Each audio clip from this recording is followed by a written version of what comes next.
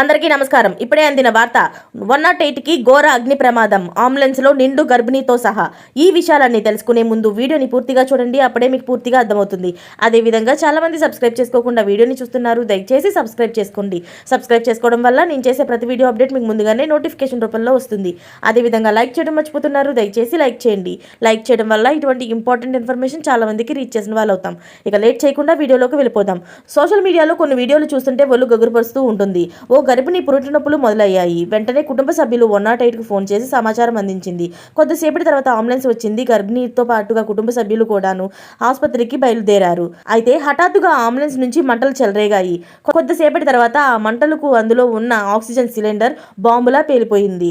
అప్పటికే ambulance driver అప్రమత్తం కావడంతో నిండు గర్భిణితో పాటు ఆమె కుటుంబ సభ్యులు కూడా కిందకు దించి పక్కకు వెళ్ళిపోమన్నాడు. దీంతో అందరూ కూడా ప్రాణాలతో బయటపడ్డారు. ఈ భయానక సంఘటన మహారాష్ట్ర జల్గావ్ జిల్లాని చోటు చేసుకుంది. ప్రస్తుతం దీనికి సంబంధించిన ఓ వీడియో నెట్టింట తెగ వైరల్ అవుతుంది. కొద్దిసేపటి తర్వాత మంటలకు ఆక్సిజన్ సిలిండర్ భారీ శబ్దంతో పేలిపోయింది.